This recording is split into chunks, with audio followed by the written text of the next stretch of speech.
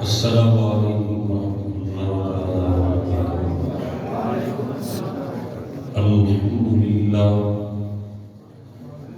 الحمد للہ حمدا کثیرا کما امر، والصلاة والسلام علی سید الخلق والبشر، وأشهد أن لا إله إلا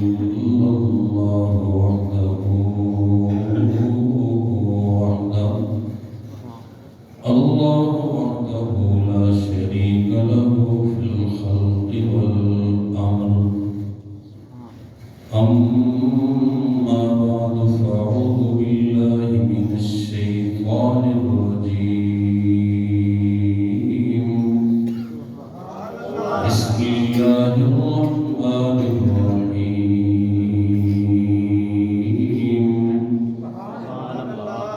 إذ تستغيثون ربكم فاستجاب لكم أني ممدكم بألف من الملائكة مردفين. قال الله تبارك وتعالى في مقام آخر: وقرن في بيوتكن ولا تبرجن تبرج الجاهلية الأولى وأقمنا الصلاة وآتينا الزكاة وأطعنا الله ورسوله إنما يريد الله ليذهب عنكم الرجس أهل البيت ويطهركم تطهيرا. صدق الله العظيم. اللهم صل وسلم وبارك على سيدنا ومولانا محمد كما تحب وترضى عدد ما تحب وترضى. انتہائی لائق عزت تکریم و اعزاز میرے محترم مکرم بزرگوں، بھائی اور دوستوں، رمضان مبارک کی 16 تاریخ کی عید جمعہ میں ہم مرکز اہل سنت والجماعت، مرکز شہداء میں جمع ہیں. رمضان کا وقت اپنے دامن میں کئی سارے دینی، مذہبی، تاریخی موضوعات کو لیے ہوئے ہوتا ہے. رمضان المبارک حق کی فتح اور کفر کی شکست کا مہینہ ہے. رمضان مبارک کی پوری تاریخ اور امت مسلمہ کا سارا ماضی اگر دونوں کو ملا کے دیکھا جائے، وقت کے اختصار کے پیش نظر ان سارے واقعات کو سامنے لانا مشکل ہے. رمضان مبارک میں اللہ رب العالمین نے آل حق کو دین کے کسی بھی محاذ اور مورچے پہ کھڑے ہوئے مومنوں، مسلمانوں اور مجاہدوں کو بڑی کھلی فتح عطا کی ہے. اللہ آئندہ بھی امت مسلمہ کا مستقبل ایسا ہی رکھے اور ہمارے حال کو بھی اللہ رمضان کے ساتھ جوڑ کے خوشحال بنائے. میرے محترم دوستوں، بزرگوں، بھائیوں، رمضان المبارک میں آپ جانتے ہیں کہ فتح مکہ کا واقعہ بھی ہوا. ام المؤمنین، رفیق پیغمبر، محسن اسلام، حضرت سیدہ خدیجہ الکبریٰ رضی اللہ تعالی عنہ کا انتقال بھی ہوا. رمضان المبارک میں ہی ام المؤمنین عفیفہ عتیقہ صدیقہ، صدیقہ کائنات، صدیقہ بنت صدیق حضرت سیدہ عائشہ صدیقہ رضی اللہ تعالی عنہ کا انتقال بھی ہوا۔ رمضان مبارک میں ہی امیر المؤمنین شیر خدا حضرت سیدنا علی المرتضیٰ رضی اللہ تعالی عنہ کی شہادت کا واقعہ بھی پیش آیا۔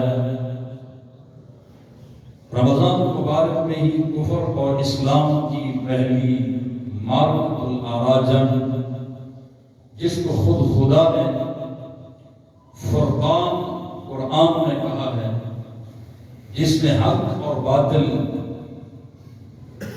کو بالکل واضح کر کے رکھ دیا، وہ پہلا معرکہ، وہ پہلی جنگ، وہ پہلا غزوہ بدر کے مقام پہ تعداد اور مال و اسباب کی قلت کے باوجود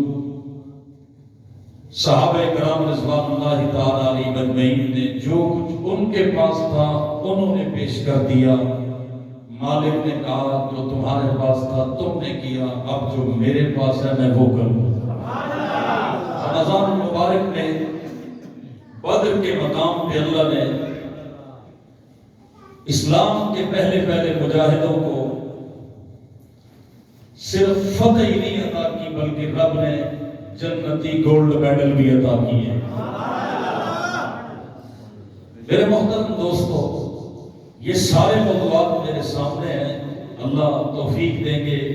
اس جگہ کی اپنی برکات ہیں، اور صرف برکات ہی نہیں، یہاں آ کر جو گزر گئے ان کی توجہات بھی ہیں۔ تو یہ برکات اور توجہات مل کر انشاءاللہ انہی کے نقش قدم پہ حق کہنے کی اللہ کی مدد سے توفیق بخشیں گے۔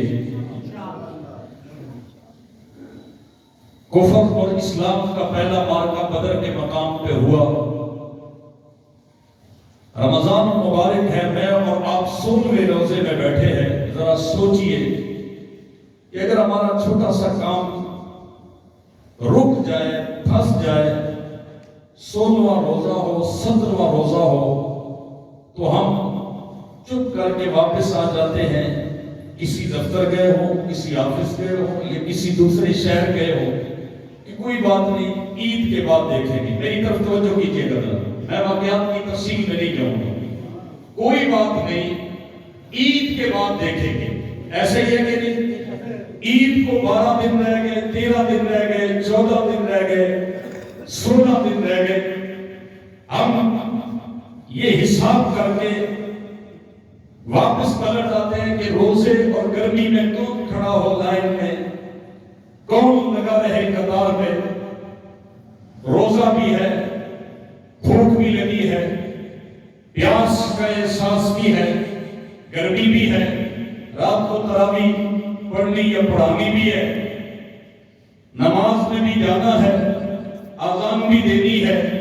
یہ ہمارے مختلف طرح کے خیالات ہوتے ہیں کہ جن کی وجہ سے ہم اپنے کام کو چھوڑ کے آ جاتے ہیں کہ عید کے بعد دیکھیں گے۔ جنگ والا توجہ کرنا، عید کے بعد دیکھیں گے، رمضان کے بعد دیکھیں گے۔ ایک جماعت ہے کہ جس کو پہلی دفعہ رمضان ملا ہے، کہو سبحان اللہ۔ پہلی دفعہ رمضان ابھی اترا ہے، جی ہاں، روزوں کا حکم ابھی اترا ہے۔ اس جماعت نے 11 روزے رکھے، مدینہ طیبہ کی نمازیں۔ آج میں اور آپ رمضان میں کوشش کرتے ہیں مدینہ پہنچے۔ میں اس جماعت کی بات کرنے لگوں، جھنگ والوں، جنہوں نے دین کے لیے بڑے سخت حالات میں مدینہ کو چھوڑا ہے۔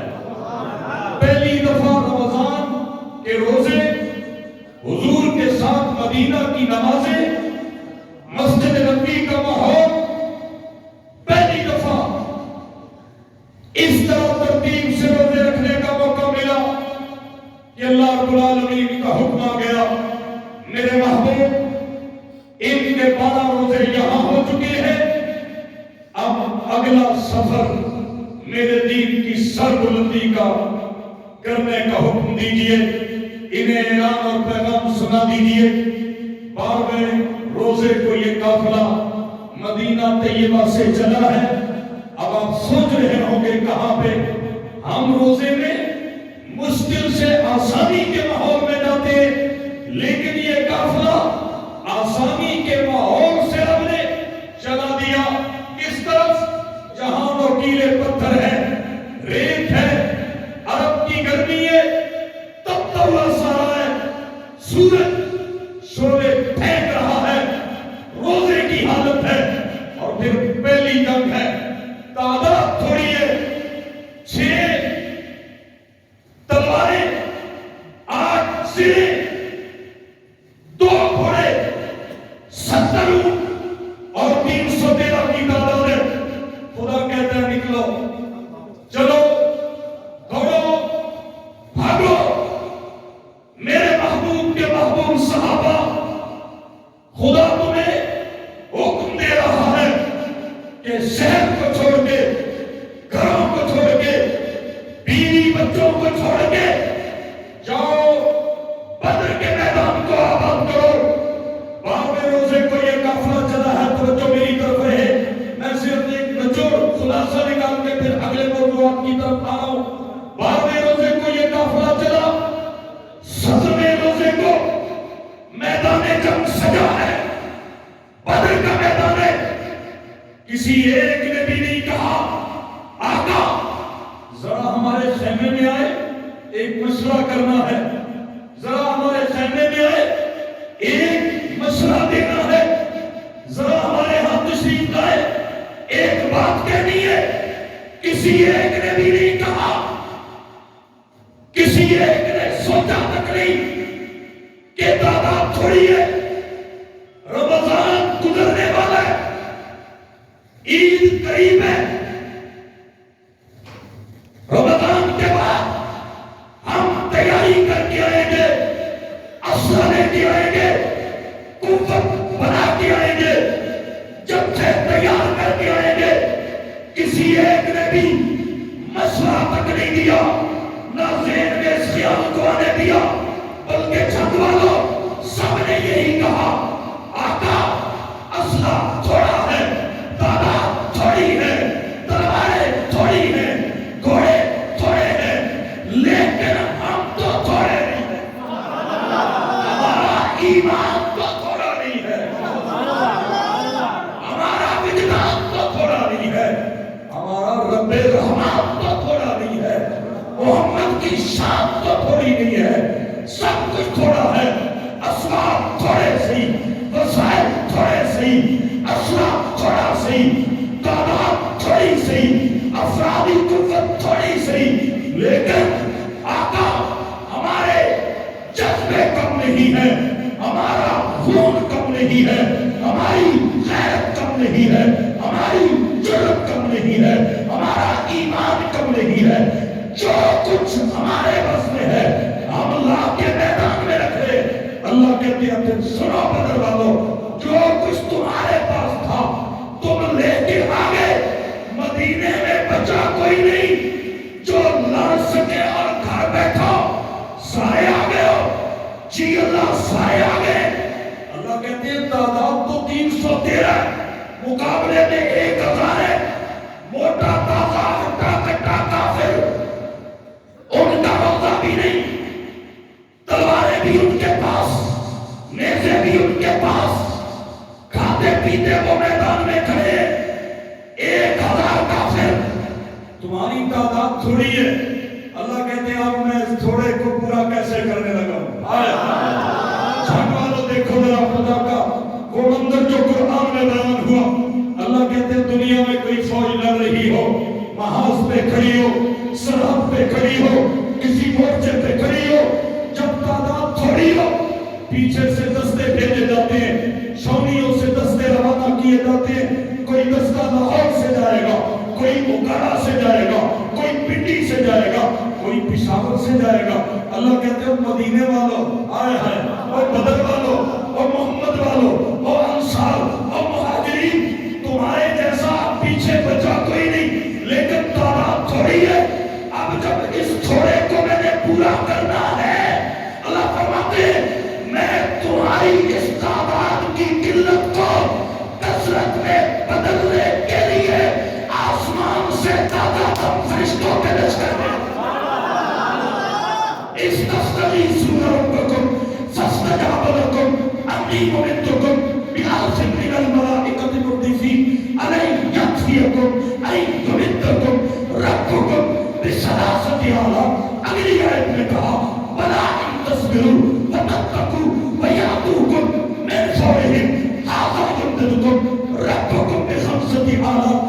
تفصیل کا وقت نہیں ہے، میں اب اس کا خلاصہ تینوں آیات کا رکھنے لگا۔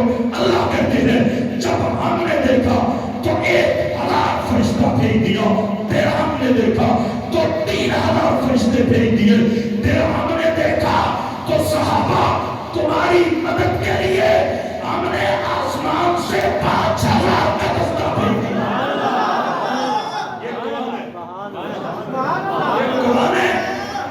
اللہ کہتے ہیں ہم نے فرشتے بھیج دیے۔ ایک سوال پیدا ہوتا ہے جی، سوال پیدا ہوتا ہے اللہ جی فرشتے زمین پہ بھی ہیں، زمین والے فرشتوں کو آپ کہہ دیتے آسمان سے بھیجنے کی کیا ضرورت تھی؟ اللہ کہتے ہیں دنیا کی فوجوں کا دستور یہ ہے کہ وہ لڑنے کے لیے تازہ دم لشکر بھیجتے ہیں، میری بھی تو غیرت ہے نا، میں رب ہوں۔ جو فرشتے کام میں لگے تھے انہیں میں نے نہیں بھیجا ہے، میں نے بدر والوں کے لیے تازہ دم لشکر آسمان سے زمین والے فرشتوں کو نہیں کہا اچھا اللہ جی ایک باری بھیج دیتے، ایک باری بھیج دیتے۔ اللہ فرماتے میرے لیے کوئی مشکل نہیں تھا، ایک بار بھیج دیتا، لیکن فوج کا روب بڑھانے کے لیے، فوج کے روب کو قائم رکھنے کے لیے کوئی دستہ ادھر سے آتا ہے۔ آپ نے F-16 طیارے اڑتے ہوئے دیکھے ہوں گے جب جنگ کے حالات منڈلا رہے ہوں۔ بھائی اگر انڈین آرمی کا طیارہ دیکھا کلر کہار کے رڈار میں، انڈین آرمی کا طیارہ دیکھا اسلام آباد کے رڈار میں، طیارہ جنگ پہ اڑ رہا ہے، F-16 ملتان پہ اڑ رہا ہے، کیوں؟ اللہ کہتے ہیں تم یہ کرتے ہو تو میں یہ سب کچھ بنانے والا ہوں، تم نے بہت بعد میں کرنا تھا، میں نے پہلے ہی طے کیا ہوا تھا۔ صحابہ تمہاری مدد کے لیے جو فرشتے بھیجنے ہیں اکٹھے نہیں، انہیں بھی قطار اندر قطار، دستے کے پیچھے دستہ آ رہا ہے، قطار کے پیچھے قطار لگی ہوئی ہے، اور اللہ آپ کو بدر کے میدان میں پہنچائے۔ کہو آمین۔ اللہ نے مجھے بغیر اسباب کے پہنچایا، کہو آمین۔ 2 دفعہ پہنچایا، اللہ سب کو پہنچائے۔ جب بدر کے میدان میں پہنچو گے نا آپ حیران ہو جائیں گے کہ پورے عرب میں، مکے اور مدینے میں ایسا کوئی پہاڑ نہیں جیسا پہاڑ نزول ملائکہ کا پہاڑ ہے۔ ایسے لگتا ہے، ایسے لگتا ہے مستری جب آپ کیا فرش بنا ہوتا ہے، کبھی آپ نے دیکھا تو پہلے وہ جو مسالہ ڈالتا ہے نا اسے گز کے ساتھ برابر کرتا ہے، لکڑی کے بڑے سے گز کے ساتھ۔ جتنا بڑا فرش ہو، پہنچو جتنا بڑا فرش ہو اتنا بڑا مستری گز چلاتا ہے تاکہ لیول برابر رہے۔ اور جہاں فرشتے اترے تھے جو ہو کے آئے ہیں ان سے پوچھو، وہ پہاڑ ایسا ہے، ایسی ریت ہے، لگتا ہے کہ قدرت نے یہاں اپنا گز چلایا، ایسے بالکل سلوک بنی ہوئی ہے۔ جہاں فرشتے آسمانوں سے اترے تھے اور اترتے ہی صحابہ کے سب بسب کھڑے ہو گئے تھے، شانہ بشانہ کھڑے ہو گئے تھے، قدم بقدم کھڑے ہو گئے تھے۔ میرے محترم دوستو صرف میرا ایک موضوع نہیں ورنہ میں اس پہ اور بھی آپ کے سامنے بات کرتا۔ اللہ رب العالمین فرماتے ہیں میرے محبوب آپ نے دیکھا آپ کے یاد سب کچھ لے کے آگے، اللہ جی انہوں نے آپ کی طرف دیکھا، آئے اب ایک حدیث کا ترجمہ کرنے لگو، انہوں نے آپ کی طرف دیکھا اور کون تھا ان کا، اللہ انہوں نے آپ کی طرف نظریں اٹھائی۔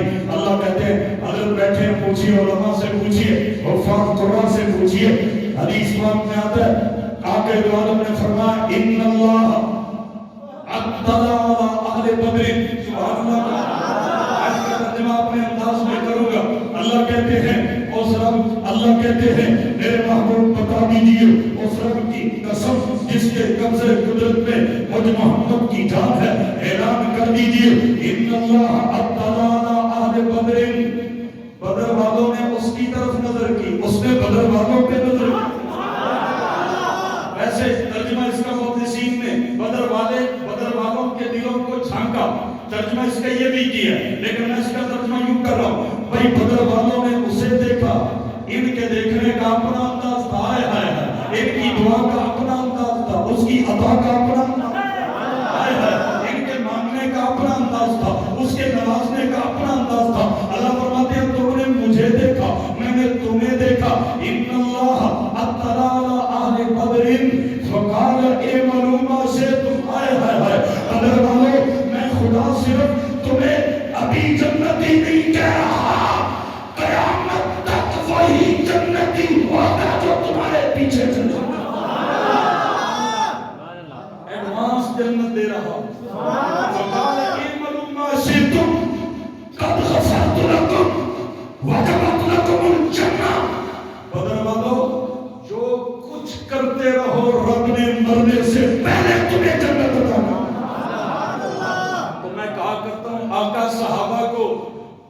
طرف لے کر نہیں آئے، جنت میں لے کے آئے، اور وہ جو مقابلے میں کھڑے تھے انہیں جہنم میں پہنچانے آئے۔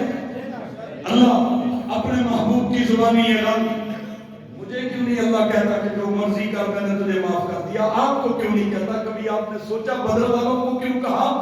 اللہ کو پتا ہے یہ بھی لجپال ہے، میں اگر ان کو چھوٹ دے دوں گا تو یہ اتنے بے لاج نہیں ہے، اتنے بے فیض نہیں ہے جو کہیں گے کہ اللہ نے چھوٹ دے دی ہوں موجہ کرو۔ یہ تھی اسی ہے نا، اللہ اگر چھوٹ دے دے ہم کہیں گے بس ہے ٹھیک ہو ہے، ساڑھے کو 8 نہیں پڑھی ہے جانی بات 8 بھی چھوڑنے کے چکر میں ہوتے ہیں، ہمارے سے روزہ نہیں رکھا جاتا، اللہ ہے چنگا کی تے بالکل تیری چھٹی دے دی۔ بدر والوں نے کہا اللہ تو نے چھٹی دی ہے، ہم بھی اب اپنا سب کچھ تجھ پہ لٹا کے دکھائیں گے، لاج دکھا کے دکھائیں گے۔ کلاس میں کوئی بچہ لائق ہو نا، استاد کہہ دے بیٹا آپ پڑھنے والے بچوں آپ کی کاپی میں نہیں چیک کرتا، آپ کا کام نہیں چیک کرتا، وہ بچہ اگر سمجھدار ہو تو وہ اگلے دن کام کرنا چھوڑ دیتا ہے یا اور محنت سے کر کے لاتا ہے، اور توجہ سے کر کے لاتا ہے کہ استاد کا اعتماد نہ ٹوٹے، استاد کا بھروسہ نہ ٹوٹے۔ اللہ کہتے ہیں او بعد میں آنے والوں سوچو نا تمہیں میں کیوں نہیں کہتا، ان کو کیوں کہا ہے؟ اس لیے کہ تمہارا بھی مجھے پتا ہے، ان کا بھی مجھے پتا ہے، ان کو ان کے حساب سے دیا ہے، تمہیں تمہارے حساب سے دوں گا۔ یہ ایسے ہے جب میں کہہ دوں گا کہ تم پہ جنت واجب ہو گئی، جو مرضی کرتے رہو، یہ بھی پھر اس کے بعد اپنی مرضیاں فنا کر کے خدا کی مرضی کو قائم کر دیا۔ خدا نے بدر میں فتح دی، احد کا معرکہ ہوا۔ میں آ رہا ہوں اگلے موضوع کی طرف، آپ میرے ساتھ چلیں نا، آپ کو مزہ آئے گا کہ کیسے موضوع کے ساتھ جوڑا اس بات کو۔ احد میں اللہ نے عجیب حکمتوں سے گزار کر پھر اسلام کو فتح دی، اور ایک بتا مجھے کہنے لگا احد میں تو فتح نہیں ہوئی، میں نے کہا میں اس پہ بھی دلائل دیتا ہوں، احد میں فتح ہوئی، درمیان میں اللہ نے کوئی سبق دیا، اللہ نے کوئی ٹریننگ کرائی، وہ درمیان کی حکمتیں اپنی جگہ۔ احد کی فتح ہے، فتح نہ ہوتی مدینہ اجڑ جاتا، مدینہ بھی باقی ہے، محمد عربی باقی ہے، جماعت کا مرکز بھی باقی ہو، تو کیا کہنے لگا، جماعت کا مرکز بھی باقی ہو، قائد بھی باقی ہو، تو وہ جنگ جیتی ہوئی ہوتی ہے، ہاری ہوئی نہیں۔ آخر میں میدان کس کے ہاتھ میں رہا؟ احد میں صحابہ کے ہاتھ میں رہا، کافر بھاگے، مشرک بھاگے، لہذا احد میں بھی فتح ہوئی۔ آگے فتوحات کا سلسلہ چلا، اب منافق کہاں چین سے بیٹھ سکتا تھا، کافر کہاں چین سے بیٹھ سکتا تھا؟ جنگ والوں پہنچو، کافر کہاں سکون سے بیٹھ سکتا تھا؟ میدان کی جنگ ہارنے کے بعد کافر اور منافق نے سب سے پہلے میرے نبی کے گھر پہ حملہ کیا ہے، سب سے پہلے میرے نبی کے لباس پہ اٹیک کیا ہے، سب سے پہلے میرے نبی کی عزت کو داغدار کرنے کی کوشش کی ہے۔ علماء سے پوچھئے جب فتوحات اپنے عروج پہ پہنچی، غزوہ احزاب میں آقا نے اعلان کر دیا میرے صحابہ تمہارا میدان کا کام رب کو اتنا پسند آیا ہے کہ ہمیشہ کے لیے رب نے کافروں پہ تمہیں غلبہ عطا کر دیا ہے۔ میدان میں آ کر اب کافر تم سے جنگ نہیں کرے گا، میدان میں آ کر اب لڑائی نہیں کرے گا۔ صحابہ نے کہا یا رسول اللہ اب لڑائی کیسے ہوگی؟ آقا نے فرمایا اب لڑائی پروپیگنڈے کی ہوگی، اب لڑائی میڈیا کی ہوگی، اب لڑائی تبصرے کی ہوگی، اب لڑائی زبانی کلامی ہوگی۔ اب کافر اور منافق ہماری عزتوں پہ حملہ کرے گا، ہمارے لباس پہ حملہ کرے گا، ہماری شخصیات پہ حملہ کرے گا، ہماری جماعت پہ حملہ کرے گا، ہمارے مرکز پہ حملہ کرے گا۔ اب لڑائی کا انداز بدل گیا۔ جب فتوحات اللہ نے عطا کر دی، سب سے پہلا کافروں نے حملہ کیا، ہائے ہائے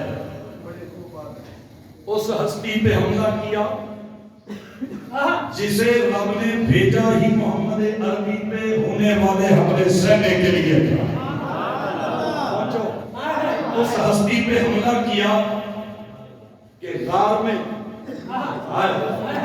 جس کے باپ پہ حملہ کیا تھا، سانپ نے، کالے نے غار میں وہاں حملہ کیا۔ پھر وقت آیا اسی ہستی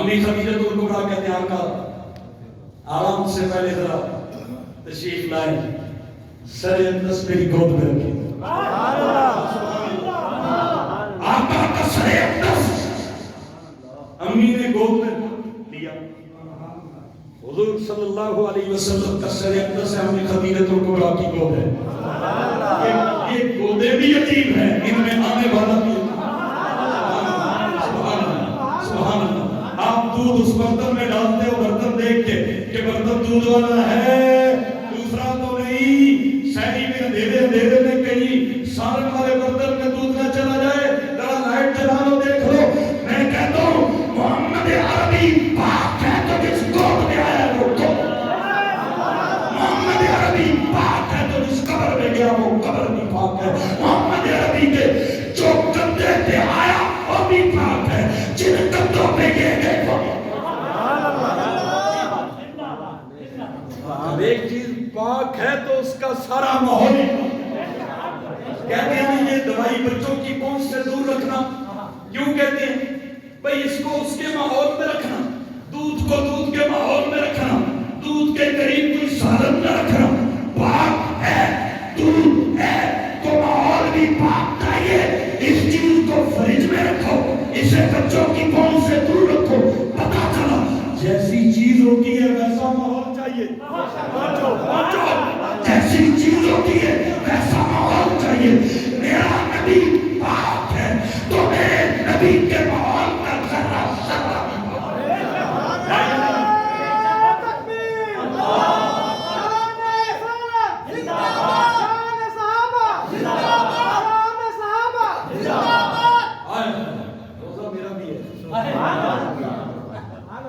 آپ کو بھی ہے۔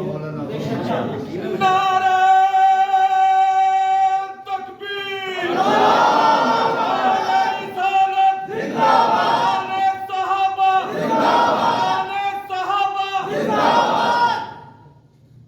دیکھیے گا امی جان نے سر اقدس آیا، وہ سر اقدس میں کہتا ہوں جو کائنات کا سر ہے، کائنات کا جو سر ہے وہ سر اقدس لیا۔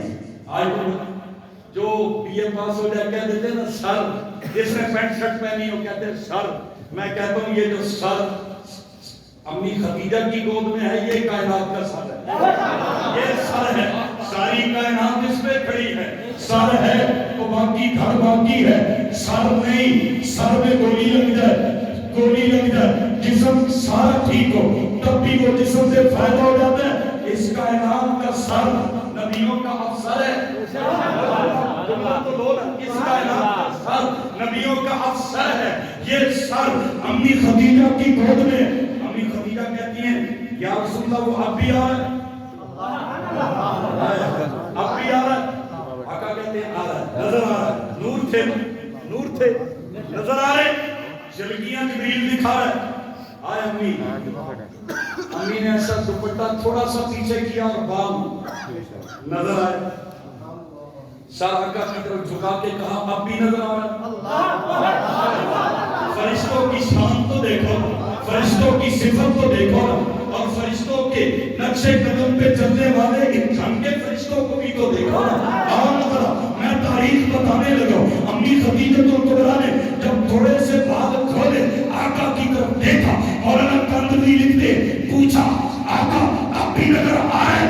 آقا کہتے اب نہیں نظر آ رہا، اور مجھے تو یہ نظر آ رہا ہے کہ وہ بہت دور نظر آ رہا ہے، پہلے بہت قریب تھا اب بہت تیزی سے دور چلا گیا۔ خدیجہ تیرے بال کھلے ہیں بہت دور، بڑی تیزی سے سفید مار کے پوری دوڑ سے پوری رفتار سے وہ بہت دور چلا گیا۔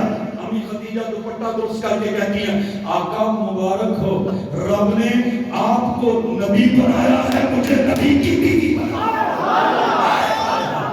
آقا حیران ہو گئے، امی کہتی ہیں آقا شیطان ہوتا نبی کی بیوی کے بال کھول کے کبھی نہ کرتا، فرشتہ تھا نبی کی بیوی کے بال کھلے کو ادب سے دور۔ شیطان نبی کی بیویوں کا حیا نہیں کرتے، اور جو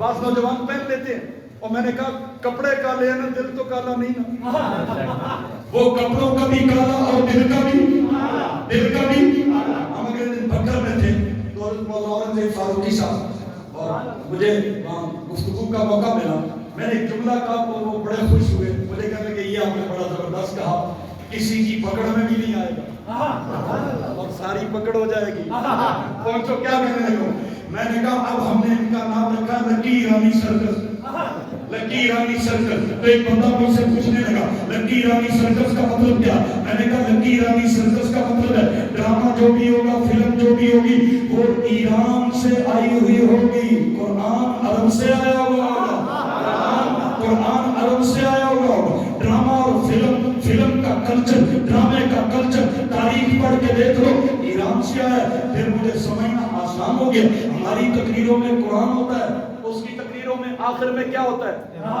کیا ہوتا ہے پورا ڈرامہ ہوتا ہے پورا ڈرامہ پہلی تقریر جیسے بھی کرے لیکن آخری 10 منٹ ڈرامے پہ لگتے ہیں کہ نہیں لگتے جس کو مسائل کا نام دیا جاتا ہے میں نے کہا میں نے تو نہیں نام رکھا تو انہیں خود ہی نام رکھا ہوا ہے لکی ایرانی کبھی آپ نے کہا لکی عربی سرکس بولو یار کہا کبھی آپ نے کہا لکی ہندوستانی سرکس میں نے کہا ہندوستان میں حضرت آدم اترے رب نے جو بند بنا دیا اما ہوا جدے میں اتری رب نے جدہ بنا دیا میں حوالہ دے سکتا ہوں حوالہ جس نے مانگا دوں گا پوچھ لیجئے علماء سے شیطان ایران میں اترا ہے شیطان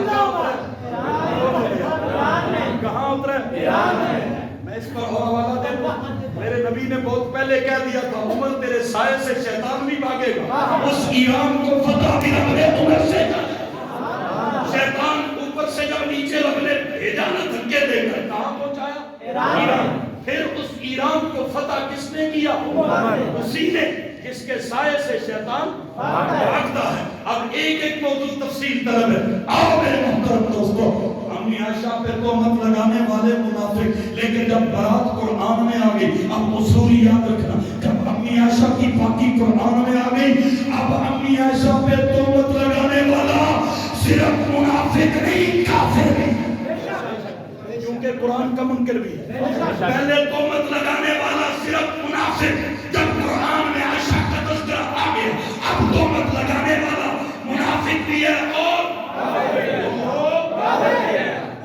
یقین کی ایک عبارت سنا کے آگے چلتا ہوں ملا باقر مجلسی کیا کہتا ہے لوگ کہتے ہیں بھائی کوئی حوالہ بھی تو دو نا میں نے کہا ملا باقر مجلسی فارسی میں کیا کہتا ہے رب نے عائشہ صدیقہ کی برات اتاری پاکی اتاری میرے محمد نے وہ پاکی بڑے شوق سے بیان کی صحابہ نے بیان کی اہل بیت نے بیان کی امت نے اس پاکی کو مانا ماں کو مانا رب نے اسے مومنوں کی ماں کہہ دیا ہم سب پاکی کو مانے لیکن ایک بدبخت حق الیقین میں ملا باقر مجلسی کہتا ہے چون قائم ماں ظاہر شبت فارسی کی عبارت اور یہ اس ممبر سے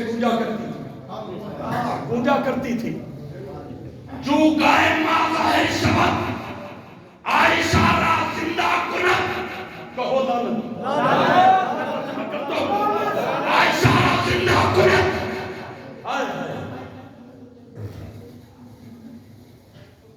برو ہاتھ بسنا اب میں ترجمہ کیسے کروں وہ ملعون کہتا ہے امام مہدی جب آئے گا عائشہ کو زندہ کرے گا کہو لعنت میں نے ایک جگہ کہا جو ملا باقر مجلسی پہ لعنت نہیں بھیجتا اگر کوئی آج اپنی صفائی پیش کرے گا ہم کہیں گے ملا باقر مجلسی پہ لعنت بھیجو نہیں بھیجے گا تو پھر ہم کہیں گے جیسے غلام کی ہے ایسے اس کے ماننے والے ملا باقر مجلسی پہ لعنت کتاب کا نام کیوں لے رہا ہوں یہ عبارتیں ہمارے اداروں کو انتظامیہ کو ایجنسیوں کو پتہ ہونی چاہیے کیا کہتا ہے امام مہدی عائشہ صدیقہ کو زندہ کرے گا وہ عائشہ کی تصویر پہ رب جبریل کی نظر نہیں پڑتا طارق نے کہا تھا ہم اس کی ٹانگیں توڑ دیں گے جو عائشہ کے حجرے کی طرف بھی دیکھ لیں توڑیں گے کہ نہیں توڑیں گے ہم نے پہلے ہی پہرے دار کھڑے کر دیا جو جالی کے قریب بھی نہیں جانے دیتے اور ذرا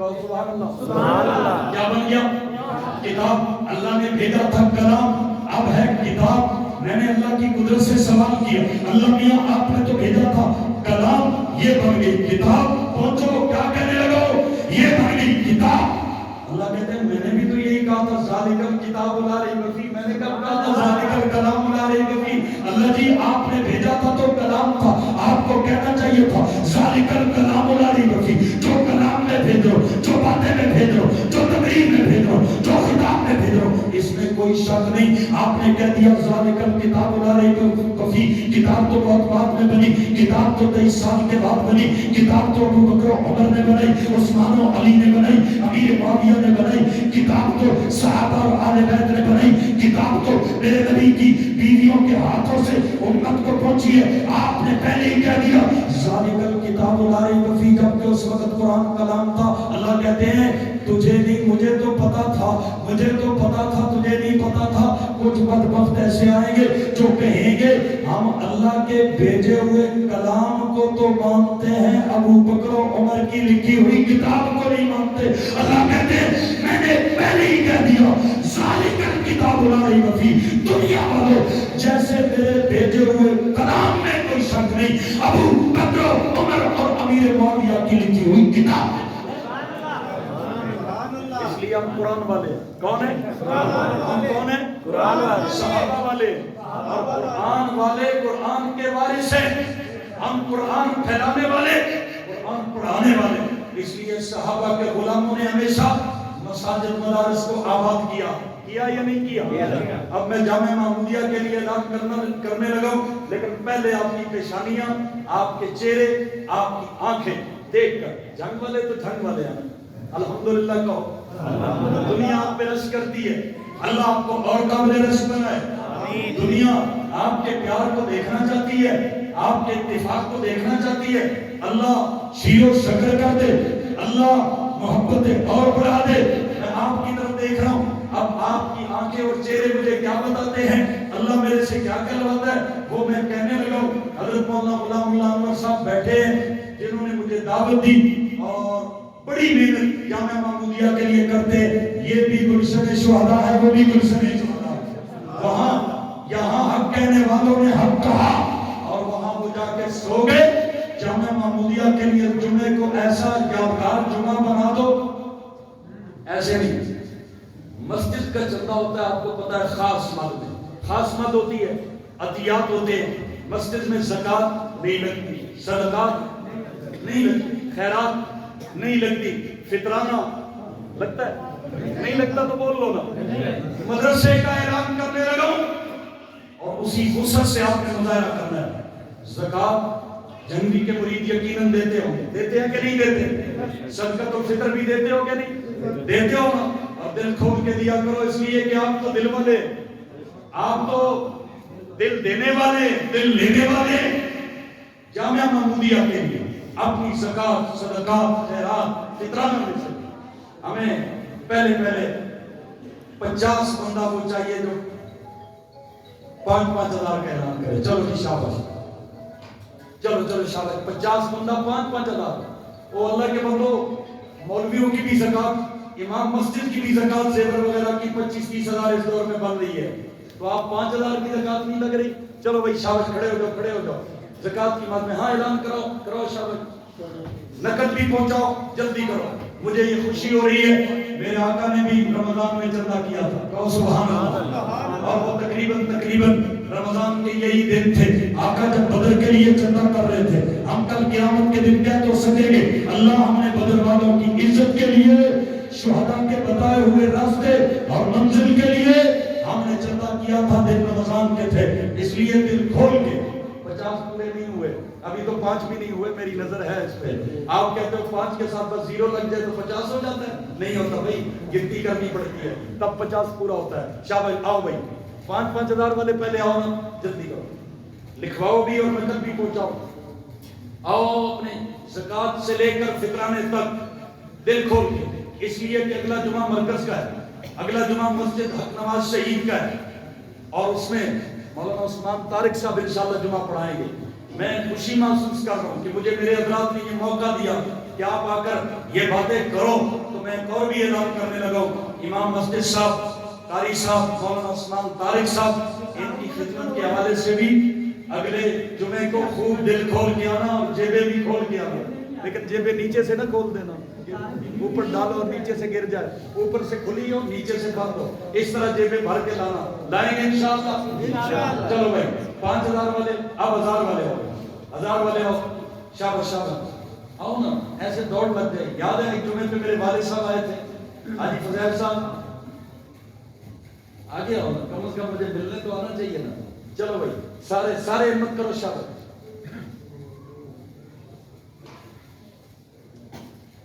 یہ بھائی عثمان اور یوسف 5,000 والے 2 ہوئے ہیں اور ایک ادھر 5,000 پہنچ گیا، خود ہی آیا ہوگا شاید. چلو بھائی ہمت کرو. شاباش. اٹھو.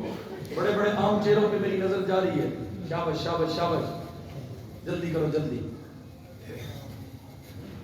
اچھا ایک بندہ 5 سے اکٹھا کر کے 5,000 لے آئے، یہ بھی تو گنجائش موجود ہے. 7 والے 5 سے اکٹھا کرو، 5,000 پکڑ کے ادھر لے آؤ. شاباش. ہمت کرو بھائی، ہمت کرو. اللہ پاک آپ کو جزائے خیر عطا فرمائے. ایسے یادگار ہونا چاہیے. ایسے نہیں جب اعلان کیا تو میرے اس اعلان کو یادگار بنا دو. انشاءاللہ اللہ وسعتیں دیں گے. اور رمضان میں آپ کو پتا ہے نا، نفل فرض کے برابر اور فرض 70 فرائض کے برابر ہو جاتا ہے، اور خرچ کرنا سب سے مشکل کام ہوتا ہے. تو جب خرچ کرو گے نا، اللہ اس پہ تمہاری سوچوں سے بھی زیادہ عطا کرے گا انشاءاللہ. شاباش. آتے جاؤ. شاباش. یہ ہمت کرنی پڑتی ہے بھائی. جلدی کرو. اصحاب رسول کے دشمن اس وقت آپ کی دھرتی پہ اسلحے سے لے کر ہمارے غازیوں اور مجاہدوں کو مارنے تک کے پروپیگنڈے اور منصوبے بنا رہے ہیں اور بھرپور پیسہ اکٹھا کرتے ہیں. جھوٹ والے جھوٹ سے نہیں ڈرتے تو سچ والے سچ سے کیوں ڈریں گے؟ سچ والے سچ کہنے سے کیوں گھبرائیں گے؟ سچ کا اظہار کرنے سے کیوں ڈریں گے؟ شاباش ہمت کرو. جزاکم اللہ. اب بھائی دیکھو، جس کی جیب میں جو بھی دینے کے لیے ہے وہ ضرور دے. میں یہ تو نہیں کہتا جو کچھ ہے سارے ہی دے دے، لیکن جو دینے کے لیے ہے وہ یہاں پہنچائے. شاباش. جلدی کرو. اب کوئی نہ بیٹھا ہے، ایسا